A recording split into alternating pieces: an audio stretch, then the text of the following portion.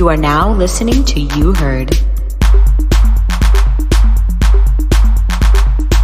In today's episode of You Heard, we are joined by Natalya, and we are diving into some really heavy stuff today in regards to tackling healing from white supremacy, capitalism, and the patriarchy, and using communication within our own respective communities in order to invoke that healing. On today's episode of You Heard, we have Natalya Velasco, who is a public health advocate. She works for women and children who have shown her that through communication and awareness and empowerment, you can strengthen your relationships and grow into the woman, sister, lover, mother, peer, and badass bitch you deserve to be. She is currently working as a program coordinator for Blessed Beings, which provides parenting and prenatal classes in Spanish and English, and is obtaining her maternal and child health graduate certificate from University of Texas's Health Science Center. Natalya, thank you so much for joining me today. I'm super excited to dive into this amazing bomb-ass topic that you posed for the podcast this week. And I'm going to give you the floor to introduce it, and we can dive in. Sweet. Thank you so much. I'm very excited to be able to do this with you, and also just, shoot the shit as well with some of these topics, because they can be very heavy as well. So having that affirmation to help lift up what we're talking about too, and that validation just feels really amazing. So what I have today to talk about is healing from the white supremacist capitalist patriarchy, which we will break down through communication.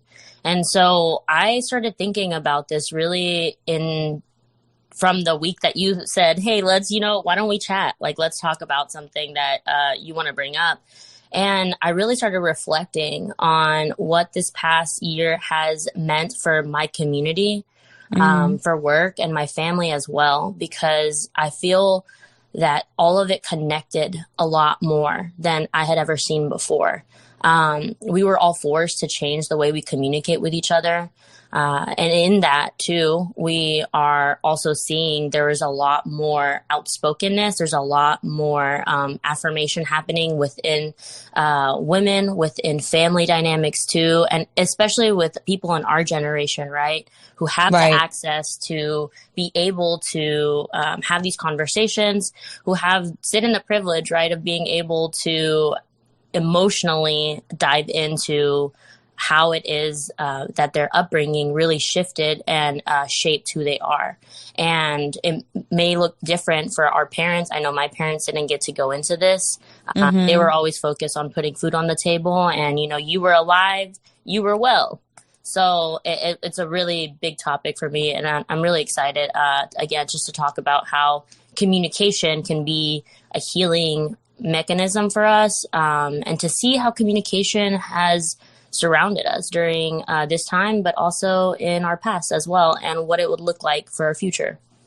Yeah, I'm here for all of that. And, I majored in communication when I was in college, not because I was like, oh my God, I want to be a communication major. I just found that the people who worked in that respective department at the university I went to were just the coolest, dopest people on campus. And they were the ones who were out there advocating for the things that needed to change on our campus. They were the ones who were bending over backwards, specifically for the students of color that were on our campus as well. And it was like, okay, well, when I grow up, I want to be someone like them. And they just so happen to all be a part of the communication department. And as cool as the major was, yes, I learned a lot of that stuff, but really I learned about communication just being in the household. My mom was a very communicative person. She was very open and really just guided me through what she was going through in her own respective life, being a single mom. And that allowed me to understand the importance of putting things out on the table, because it helps you navigate things in life. Because she was always so open with me, as I got older and was going through my own trial and tribulations as a young adult, as an adult, so on and so forth,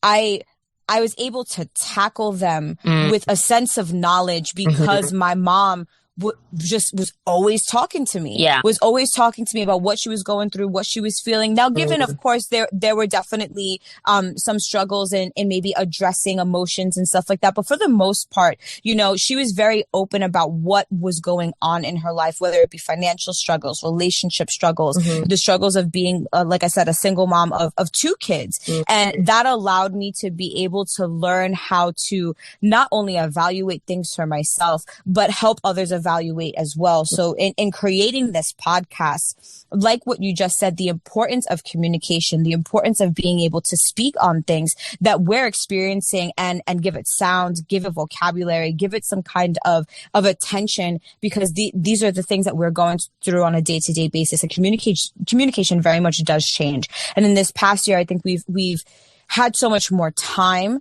to really reflect. And for our generation, which everybody likes to complain that, you know, we feel too much, we're too politically correct, we're too this, we're too that. And it's like, no, we just, thankfully, because of all of the sacrifices that our parents have made, we have been given the privilege to think about these things and to have these kinds of topics and to be given the space and time to do so. We're going to check ourselves. We're going to check our peers, and we're going to try to create that conversation in the household as well, to give that sense of freedom. And again, that sounds and that vocabulary to our parents, our grandparents, and whatever other generations we're interacting with as well, to be able to unpack this really heavy stuff that we know that we're affected by, but they were also affected by. And now, so unpack it for our parents, our grandparents, and whatever generation we have access to within our family, to be able to have that discussion with them as well, to create that healing, not just for us, but for all the generations, and see how those experiences all play into what's going on with the world now and what's going to happen next. Yes, and I love that you mentioned the multi-generational effect of it too, as even in how we communicate about it too, which you've already kind of helped me guide and remember too, like that it has to be accessible to every generation that we're able to speak to as well. And every person coming from like different backgrounds as well. So I really do appreciate that you mentioned that. Yeah, definitely. So I know that we did want to dive into just kind of defining white supremacy, capitalism, and patriarchy. And I think, you know, everybody kind of has their own experience of what our understanding of what white supremacy and capitalism and patriarchy is. But I want to make sure that we can give some kind of general understanding from both of our perspectives, because, you know, I'm sure that we grew up differently. We grew up in different places. So white supremacy, capitalism, and patriarchy may look very different for us, but there's still some kind of underlying similar factors of what it is in the long run. So for me and my understanding of white supremacy, it is a system that was created to favor people who are white and white presenting. So when I say favor, I'm talking about in regards to education, in regards to access to healthcare, in regards to access to power and making decisions, whether it be in the workplace or in the government. And I'm not just talking about within the United States. I'm talking about globally. That I believe that white supremacy expands way beyond the borders of the United States, that it is something that is completely global. It is a very colorist movement that favors those who are light skinned, and in more particular, those who identify as being white. I'll let you go ahead and define your understanding of white supremacy. Thank you. I think you summed it up really well too, and I like the lens that you put on it. Similarly, I believe that there are systems of oppressive powers, and I really break it down in knowing what does oppression look like and what does power mean? Control, right? And so when we think about even different parts of our lives that we do not feel in control in, this can be like, even including your personal life, right? There are these systems in place that have made an impact on how you see the world and the lens you have, and and how people see you. And in the end, it favors anyone who is white and anyone who is white passing. I really like just like using the word white. Like, I am a white Latina as well. And I think that it's really important to know too, in my own Latino community too, that this does include the folks that are white, and that it's not a solely American thing, like you said. It is a worldwide epidemic, essentially, that's happening to everybody. And we're seeing more and more of it come out. So that's kind of how I would define it, really, just generally. It's just oppression that has been made to favor made to favor white people, but target non-white humans. Yes, absolutely. And then our next one to unpack would be capitalism. And I think that white supremacy, capitalism, patriarchy, they go hand in hand. They are such a beast of a being that really just penetrates all different forms of society. But when it comes to capitalism, it is a system that favors trade, essentially, just very transactional interactions, whether it be through people, because it's more than just I'm buying and selling, whether it be in a company or between countries. It is also between people as well. I think we very much treat each other as businesses. What can I get from you? What can you give to me? And it's very transactional. So capitalism is a system that is controlled by transactions. It is, what can I get? What can I give? Do they equal out to each other? Yes.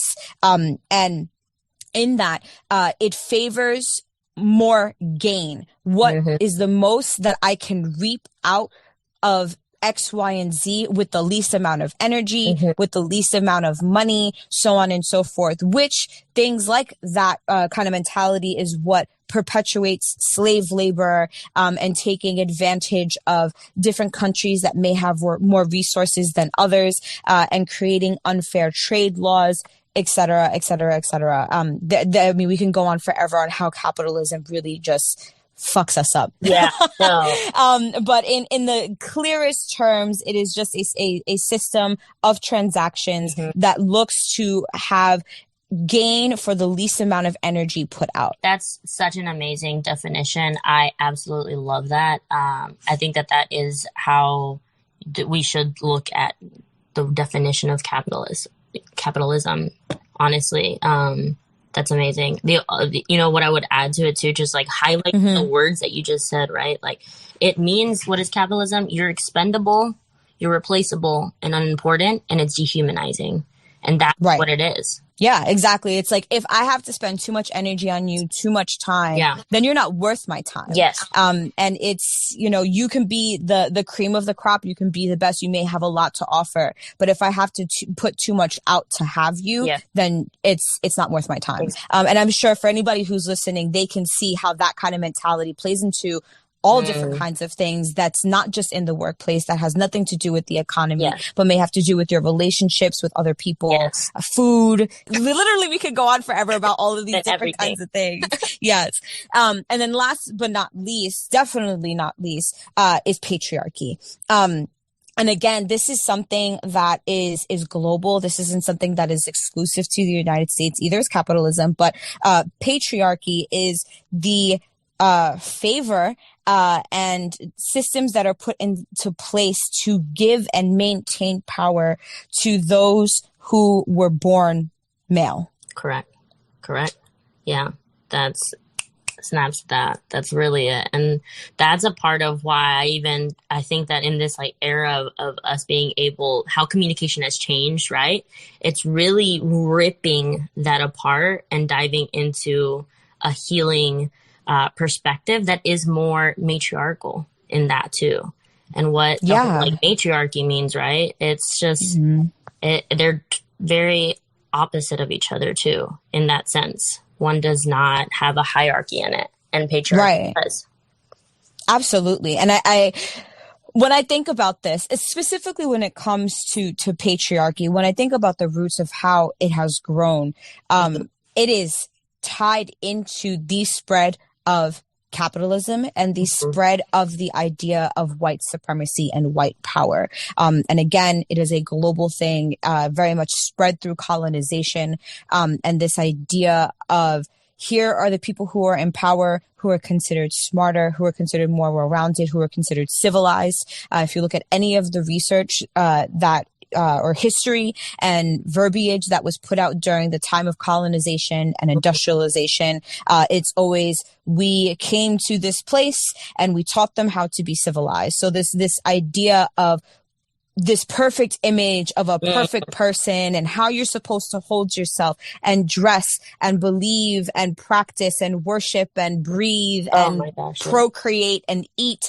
And I don't think that a lot of people have had the time to really think about like how much this has really permeated, not just now. We talk about it now, but it has been so much a part of our history and ingrained in who we are and how we are. Like you said, like the things that you feel like you're out of control of, there are systems that are put in place that make you believe that you are out of control or really don't put you in control. And that's why you feel the way that you feel. And this started like, honey, this started like 1,000 years ago. Like this wasn't something that started with the growth of, the birth of millennials. This is something that started back in like the 1400s, 1300s. We're talking about generations of the implementation of white supremacy, the implementation of capitalism, the implementation of patriarchy. And I love how much you mentioned that it, like unpacking how it has impacted yourself and then the people around you, and even thinking about something that we're going to dive into in a minute, how that looks like or what that looks like in your own families, right? Because like you said, this is not something that is new. We have all been under it for thousands of years, right? And it is seeping into each generation. There are generational traumas for a reason. And so, yeah, it's very important to remember, like, what does life mean? It means all of it's composed of all of these different parts, like you were saying, like the way you eat, the way you speak, what you eat, where you eat, right? And how you process your own life. Yeah, like, there's no other way to say that. Like, the way in which you process your own life and how these three, major topics or fields that we're tying together and talking about today, how that affects the way that you process your life. Like, let's just all sit on that for a second. But I want to dive into, cause you brought up so many amazing points for this respective, podcast. And I want to make sure that we really try to hit as many as we possibly can. So I'm going to, give the control back to you fully to begin to, dive into the points that you wanted to bring up in regards to this topic. Sweet. Thank you. I think that first I'd like to just talk about even your online space and some of the things that you see or hear from the people that you interact with. So how or where have you seen these constructs that we're talking about, like patriarchy, capitalism, all of these things play a role in the spaces that you create and the spaces that you're in online? So when you first posed this question to me, I was racking my brain on how to answer this because social media is really, really tailored for us to see what we want to see, essentially.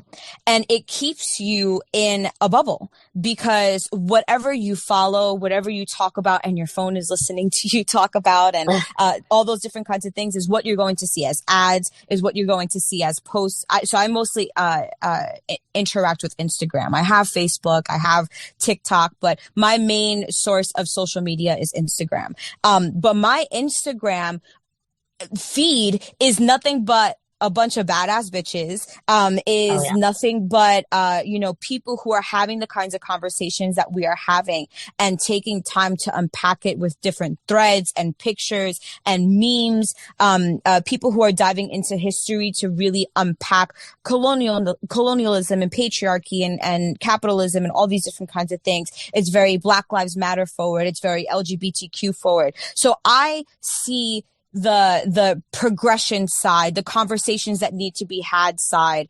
Again, like I said, it's very woman, female heavy, she heavy.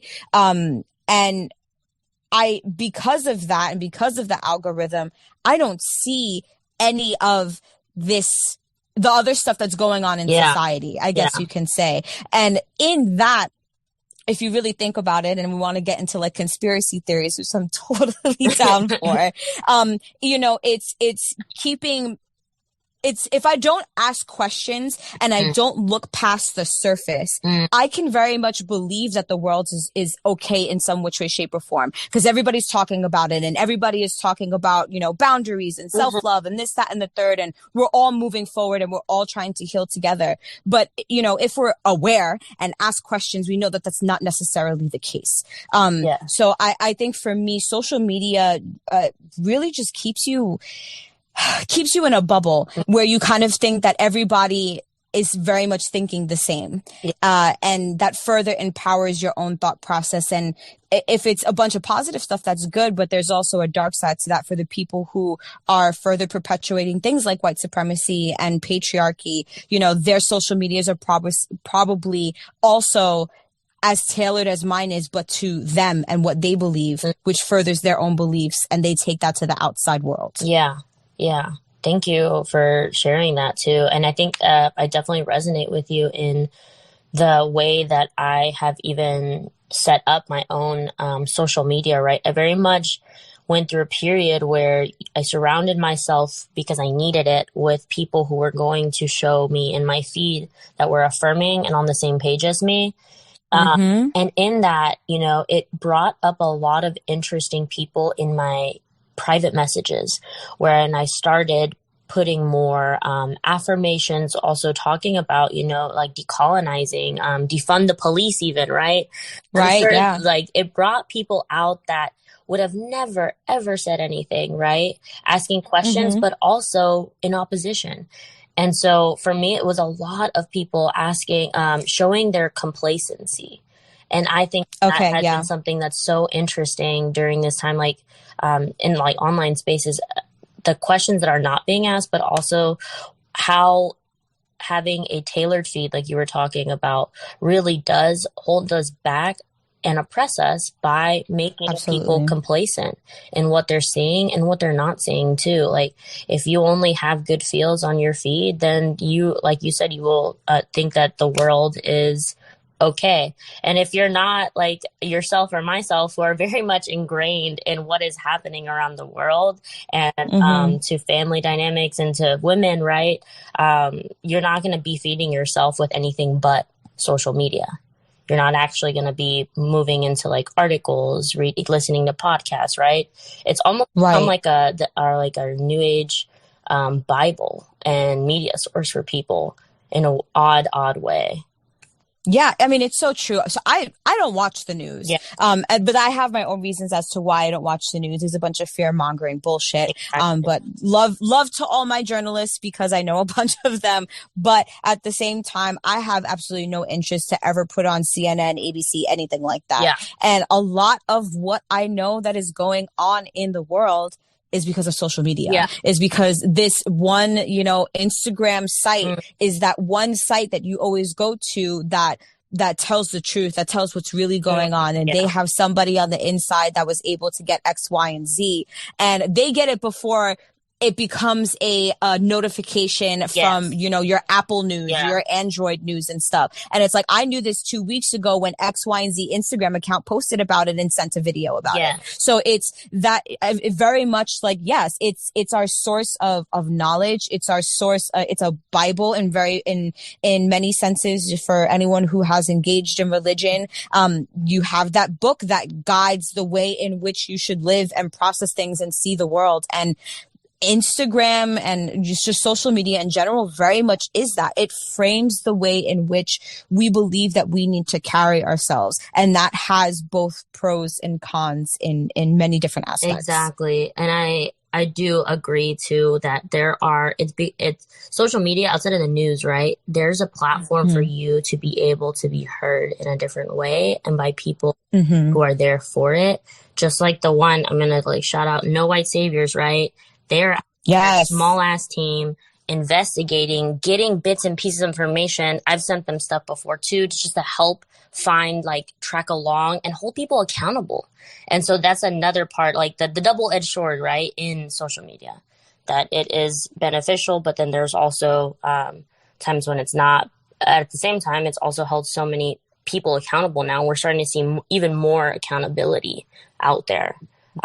Right. And this ties directly to your question of like, any kind of content that we may have seen or engaged with that upholds white supremacy, capitalism, and patriarchy. So I think definitely capitalism, because I'm constantly getting ads for like Fashion Nova and Shein and this, that, and the third of like, let's make your booty bigger and this is sales going on this, and your face has to be clearer and use this exfoliant for your butt cheeks so you don't get pimples. So there's constantly like ads and friends that are, engaging in this kind of stuff, and you feel this pressure of like, oh my God, this is so cute. I have to buy this. This is fashionable. I want to keep up with this. Or even the lines that have come out that have capitalized on what's going on in the world. So all of these like t-shirt companies all of a sudden that are like pro Black Lives Matter and are, putting out all of this merchandise to capitalize on the movement. Same thing in regards to like the educated Latina t-shirts, given I have one. And all this other stuff. I engage with that, but you're seeing it a lot more. Like everybody's creating these t-shirts now, and everybody's creating these like stickers and pants and this, that, and the third. And there are definitely some amazing companies that are out there that are really doing it for the cause and for the community. But there are also a lot of companies that are out there that are doing it because they are capitalizing off of it, because they know that there is a movement going on. So they're going to create the same product that these small businesses that are doing it for the cause are trying to create and put out there and, build a community out of, but they're going to sell it for, $5.99 because it's cheaper and everyone's going to go for that one. So, that, pulling it back to your question of like, where are we seeing these different intersectionalities play a role in social media? That's kind of like one of the first things that kind of came to mind is all of that content, what we are engaging in and how people are capitalizing off of the movements that we're trying to put out there. You brought up a lot of really good points in that there are people who are being genuine, and then there are also people just trying to get your money at the end of the day. And it shows a lot in whether or not they are transparent in where their money goes too. Follow the money at the end of the day too. And it brings me to my next, sort of on the same topic, but point about women specifically. Because I do feel when we're talking about the patriarchy, right? Like moving on to a little more about that, it is the oppression of women too, right? So I want to talk about first what it is that you admire about women, because as we're thinking of like the targeted ads, I can for sure tell you that there are, I would say at least 80% more ads targeted towards women and trying to change how they operate, what they believe, how they look, than men, right? A million, trillion, gazillion, whatever comes after that percent. Yes, abso-freaking-lutely. Yeah. Oh my God. And so my partner, he identifies as a he is a male. He doesn't have social media, but he has this like app, that is similar to BuzzFeed, but is geared towards men, and it's called The Chive. Now, given I love it because it has some of the best memes I have ever seen, but, there isn't a lot of stuff that when he's scrolling through, there isn't a lot of stuff that's like, here's the new, pair of leggings that you can buy off of Amazon to make your ass look bigger.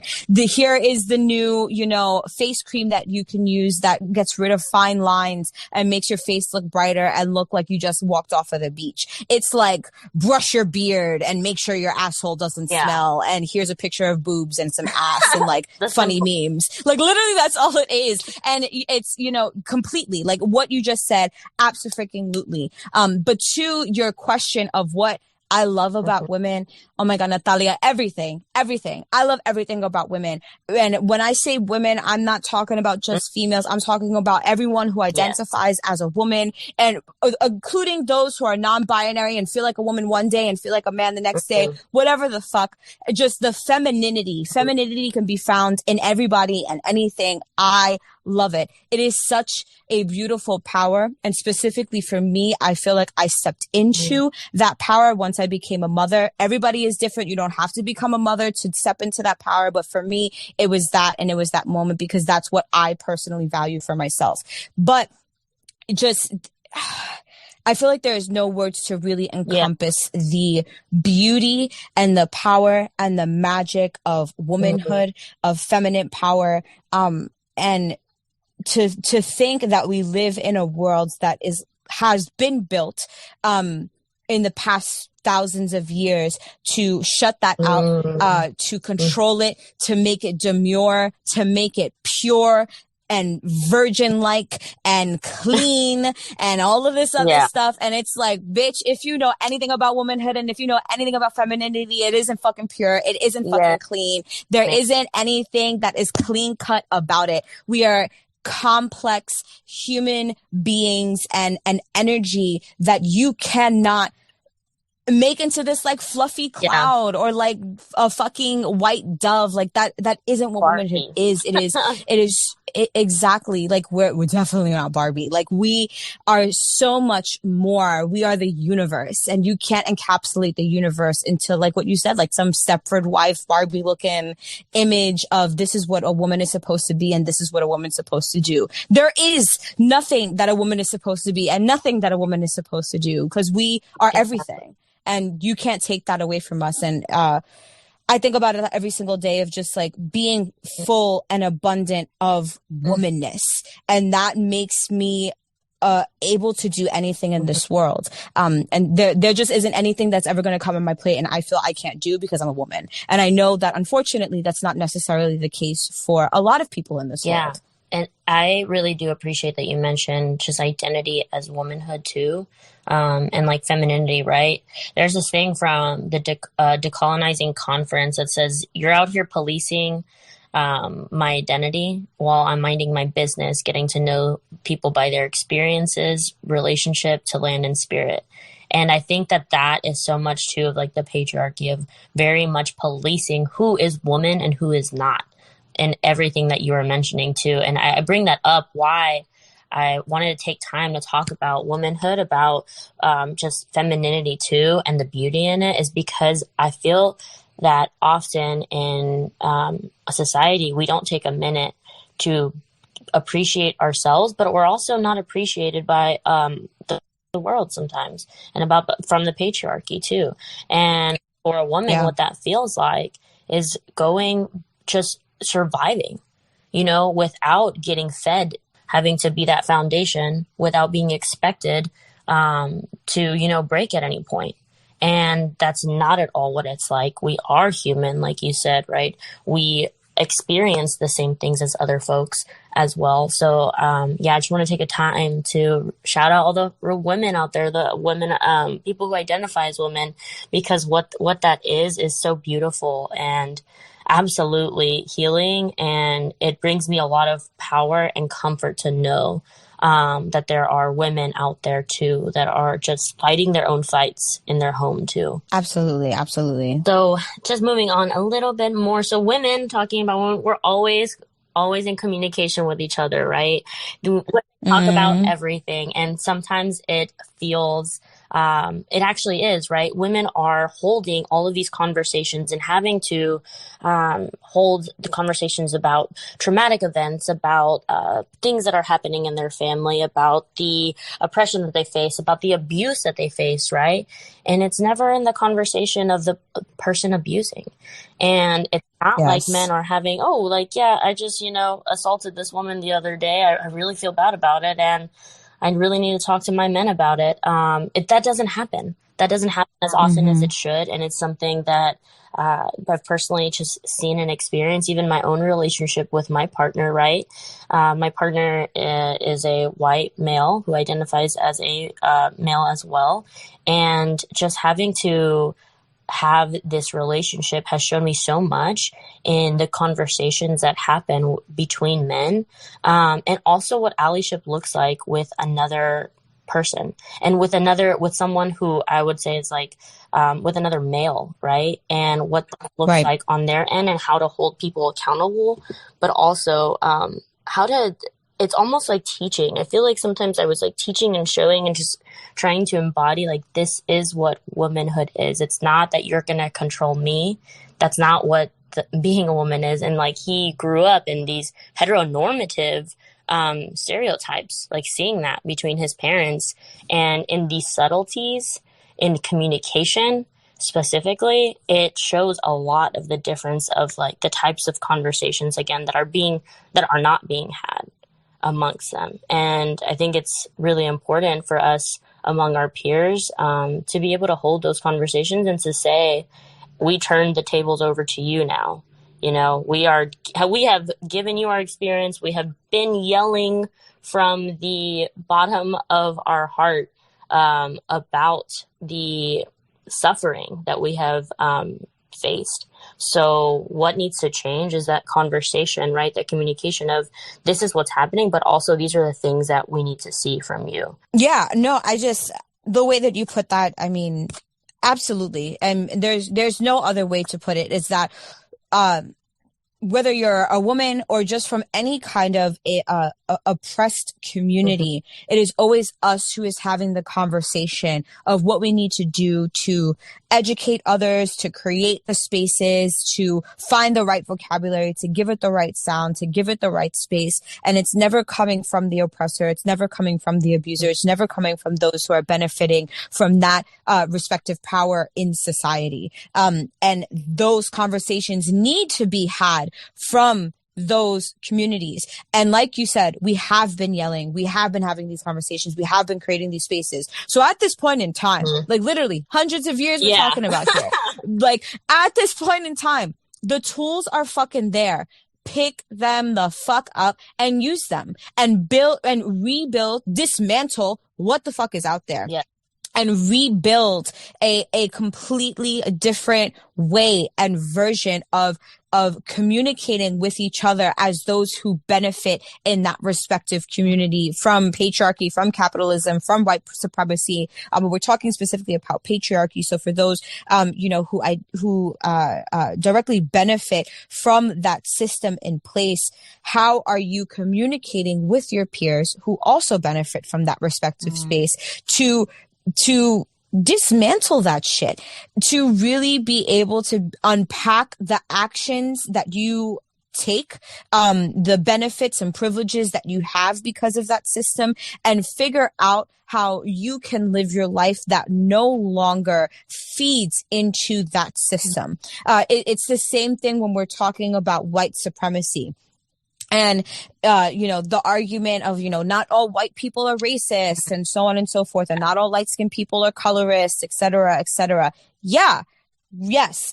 But, huge but, capital letters, you benefit from the system. And the whole point is that as a white person, as someone who is in a position of privilege because you have white skin. We're not talking about socioeconomics. We're not talking about where you live. We're not talking about anything else. Just solely because of your white skin, you have a privilege over anybody who is darker than you.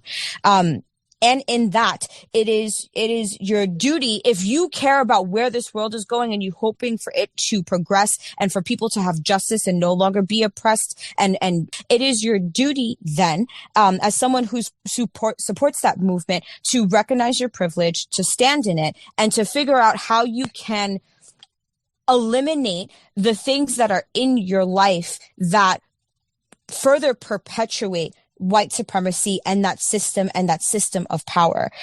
So coming back to the way that you communicate, the way that you eat, the way that you dress, the way that you address other people, certain things that you may interact with, certain companies that you buy from, really do your research in what you are doing on a day-to-day basis and see how something as small as where you get your toilet paper can further perpetuate something like white supremacy. And coming back to your point of complacency, I feel specifically you find this tension between generations, because I know in conversations that I have with the generation and two before us about this kind of stuff, who, when I'm talking to this generation specifically in my own respective circle, they are very pro, we don't want to we don't want to be racist. We don't want to be this. We don't want to be that. We're pro everybody having equal rights and justice and so on and so forth. But when you have the conversation of like, well, you should stop buying your toilet paper from X, Y, and Z brand because it further perpetuates slave labor. It further perpetuates colonization. It further perpetuates the patriarchy. It further perpetuates white supremacy. It's like, oh, that's too much work. I'm going to keep buying X, Y, and Z toilet paper brand. And it's like, you're cool with continuing this system because you want to keep the same toilet paper. Like, are you fucking Come kidding on. me? Like, that's the least of your worries. And what you were saying, where sitting in your privilege is to know that you have that privilege where that is a worry of yours. Like, that is something that why are we holding on to that? What, it's not that we're tied to it. It's more of, it's so uncomfortable that people can't even begin to understand because of how uncomfortable it is. But the uncomfortability comes from lack of communication as well. It's this never-ending cycle of not being able to really get to the root of it and to understand, and also like be an ally to your folks. I think that's something that I hear a lot in my own family, is that, well, we did it, so why can't they? And it's very much you joining that us versus them and forgetting where your people came from, forgetting the struggles that your grandparents, great-grandparents faced, and not even putting yourself in their shoes of what was it like to be in that space around the people. Like, we don't even have those conversations, right? Because a lot of times, at least on my side of the family, I'm also Salvadoreña, right? People from El Salvador, they don't talk about that. They don't talk about their experience there at all because of how oppressed, how scared they are still. And because there's also an aspect of it that comes from, like the white Christianity aspect of like gratefulness and being owed something. And it's just like, oh my gosh, it's just so much that goes into that too. But again, coming back, communication, right? And also understanding that part of the patriarchy, part of white supremacy, is withholding communication, is forming communication in a way that only certain people understand and will be able to stick with and will be able to have conversation with each other. Like, it's literally been illegal for certain people to talk to each other, even before segregation, right? Whenever we're talking about the roles of women and men, right? Women stay in the kitchen during a dinner party, right? If it's all like, so just thinking about like, what does that mean? It means that you don't have access to be able to get feedback too. Yeah, I mean, communication is power. Like you just said, like for generations, there has been systems put into place, whether we're talking something as intimate as a household or something as large as society itself or in government, where we're not able to talk to each other. We're not able to, we are not allowed. It is illegal. It is looked down upon to share communication, to share information. Why? Because information is knowledge. And if people know, then X, Y, and Z systems are going to be dismantled because people are going to be like, oh, wait, that's what's going on because this person was talking to this person. And that's what people are worried about. These systems were put into place very much to keep people complacent, very much to keep people, like you said, that sense of gracefulness. And I know that when you first brought this topic to me, my first question to you, after looking at it was, are you religious? Because,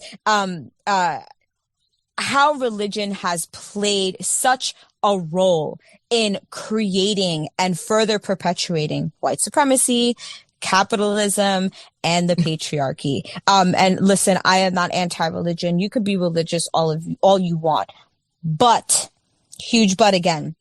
There are, again, systems and teachings that are put into place that don't allow us to question how certain practices that have been passed down in religion or interpretations of the Bible or scripture that your respective religion reads into, that very much hurt people in society.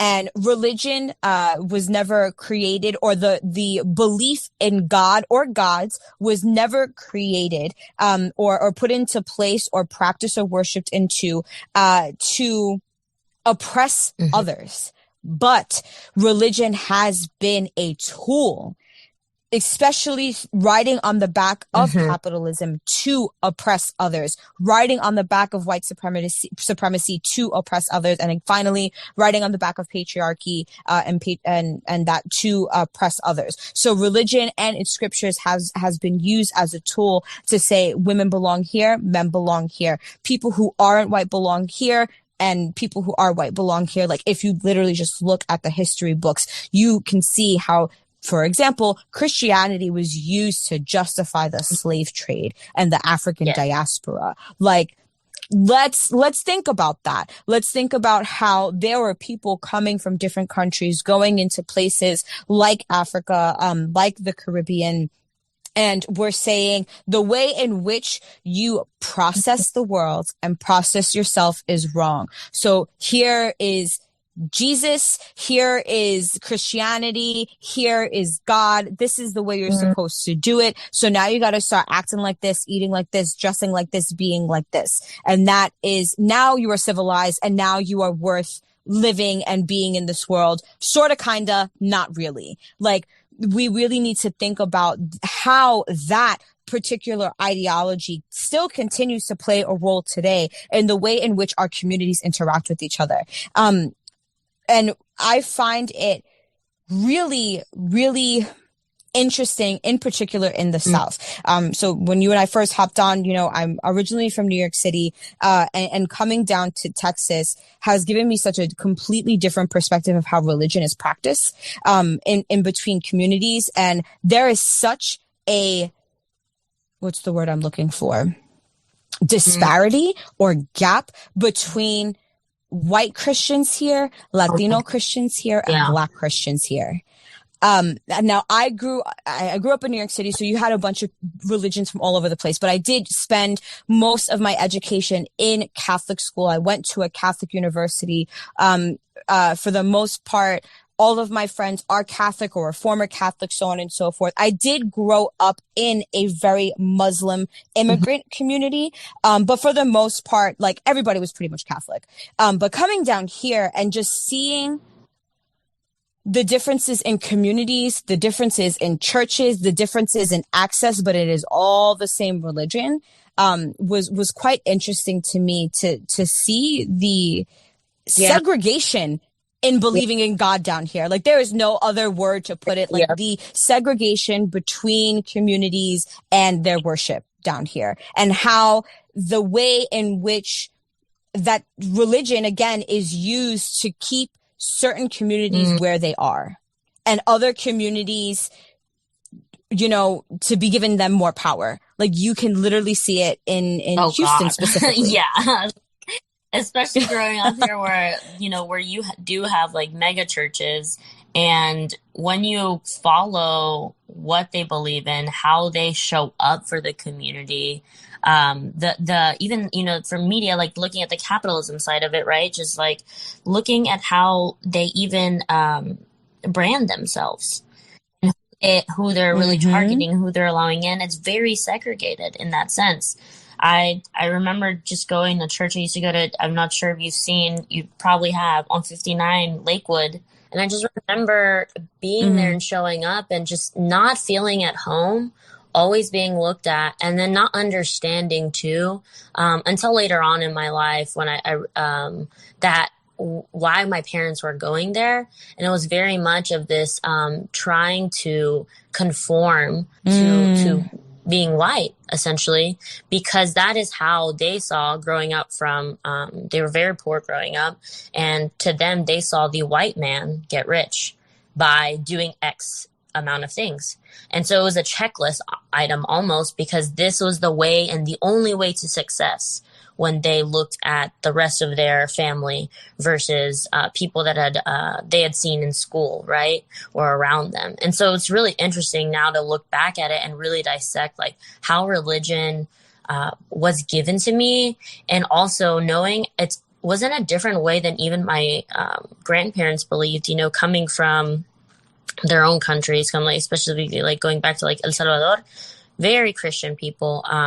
They're very much express themselves, at least with my family, like through, I would say almost like witchy-like expression, where they feel their spirit in their core.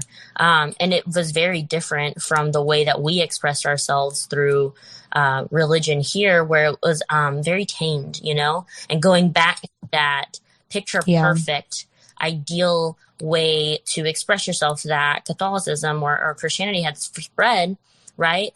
That brings us back to religion also was a form, a way to express yourself.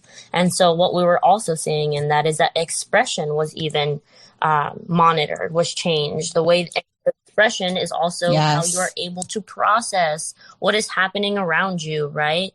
And so it all comes back around.